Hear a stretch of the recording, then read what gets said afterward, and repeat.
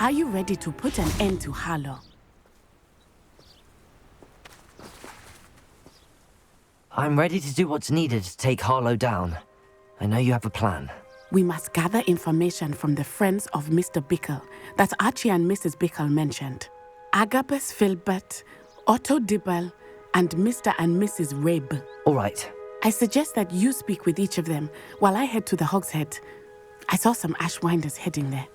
And as my mother would never go near the Hog's Head, she is less likely to learn of my activities than if I were to wander the village questioning its residents. Where am I to find these friends of his? I do not know about Mr. Rabe, but his wife, Daisy, is often in Hogsmeade, as is Agabus Filbert.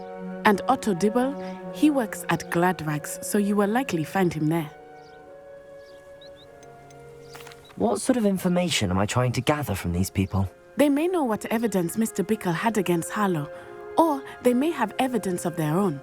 We simply need to know whatever they know. Very well. I'll speak with them, see what I can learn. I knew I could rely on you. We need to know how they are being blackmailed by Rookwood and Harlow. Meet me here after you have spoken with them. Hopefully, by the time you return, I will be able to move a bit more freely.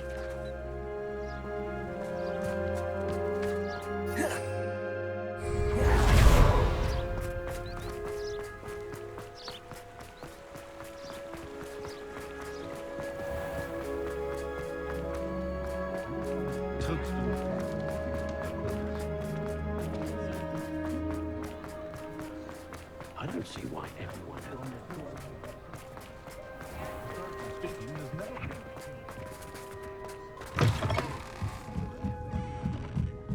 Mrs. Rabe should be nearby. Oh, Isco, what have I done? Mrs. Rabe, I wondered if I might speak with you about Theophilus Harlow. I'm a friend of the Bickles and I'm trying to gather evidence against him. Poor Joanna and little Archie.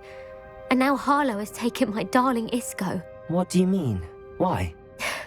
I'm a security guard at Gringotts, and my husband is a curse breaker for them. Harlow approached me about helping him extort my colleagues into giving him treasures from the vaults. And you declined? Of course I declined. Repeatedly. I thought they'd given up, until I came home one night and found my husband gone, and a note affixed to my door with a knife.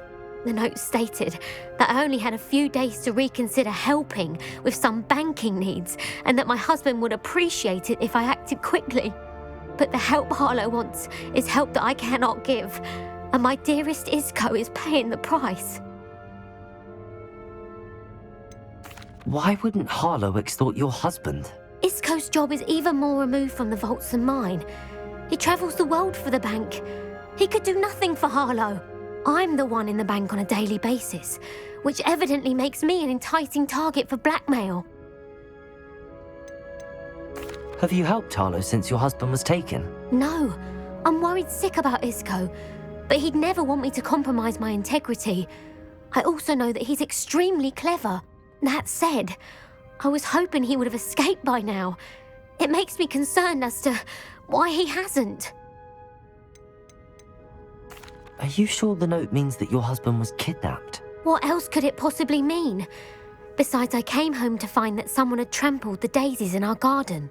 It may sound silly, but those were Isco's pride and joy. He would never have let that happen. Thank you, Mrs. Rabe. Knowing the lengths that Harlow will go to is helpful, albeit more than disturbing. Mr. Bickle was trying to help us, but now he's gone. I don't know what to do. I shall do all I can to get evidence against Harlow, Mrs. Rabe. Very well. Here's the note I received. You must be careful as well. Please don't put yourself in danger.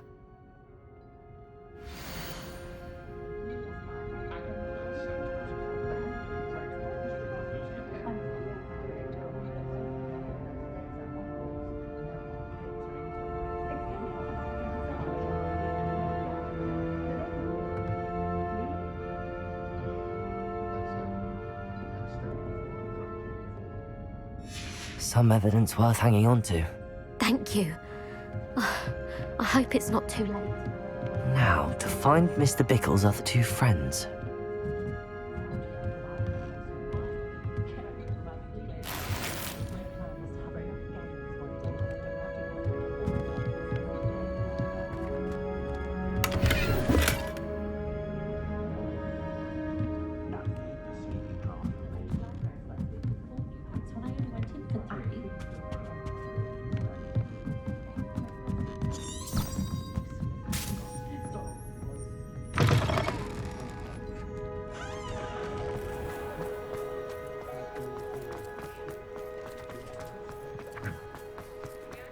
Otto Dibble works at Gladrags.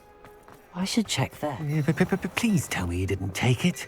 But perhaps it's been... Mr. Dibble, may I speak with you? It's about Theophilus Harlow. I've nothing to say about him.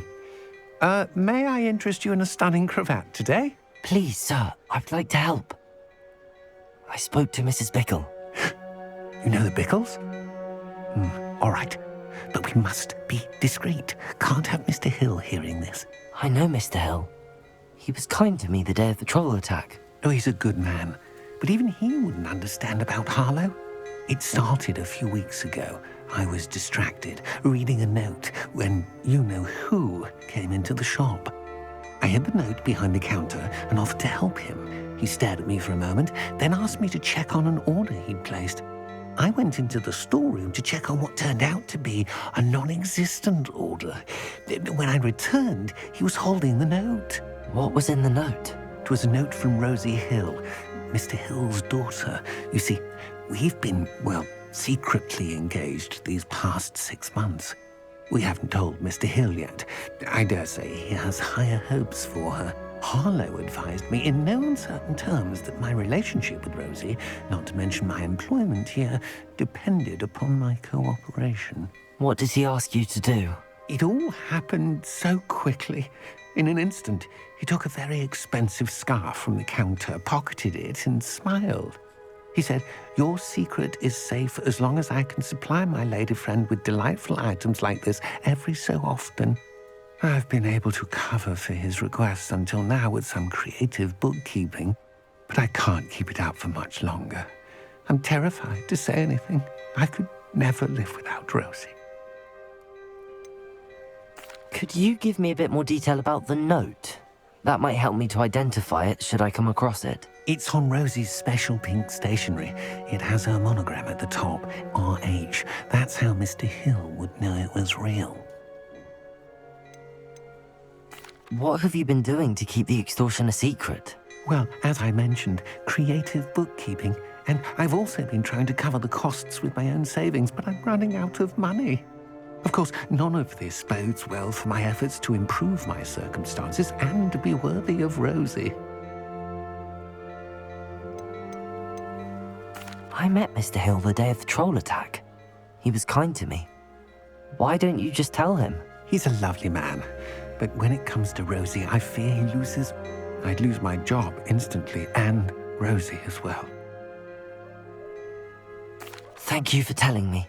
I'm gathering evidence to take Harlow down. I would love nothing more than to see him rotting in Azkaban, but be careful. He's an awful man and incredibly dangerous. As for Rosie's letter, should you happen upon it, I have committed it to memory. You may destroy it immediately.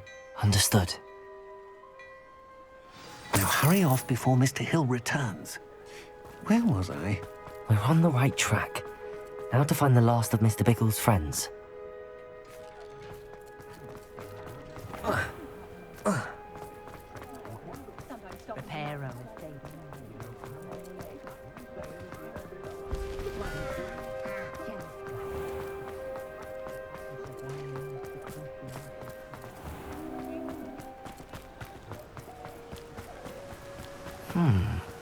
Agabus Filbert must be around here somewhere. Hello there. Excuse me, Mr. Filbert. I wondered if I might speak with you about your dealings with Theophilus Harlow. I hope to ease Mrs. Bickle's mind by gathering evidence against him.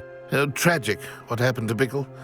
He wanted me to speak out against Harlow for an act of violence committed against me. But I feared Harlow's retaliation, and so I refused.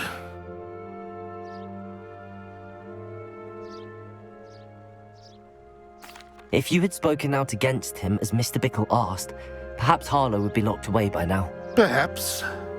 But perhaps I would have suffered a similar fate. You said that Harlow committed an act of violence against you. Could you tell me what happened? Before my extraordinary wife, Dulcibella, passed away, she had just completed a small book of poetry.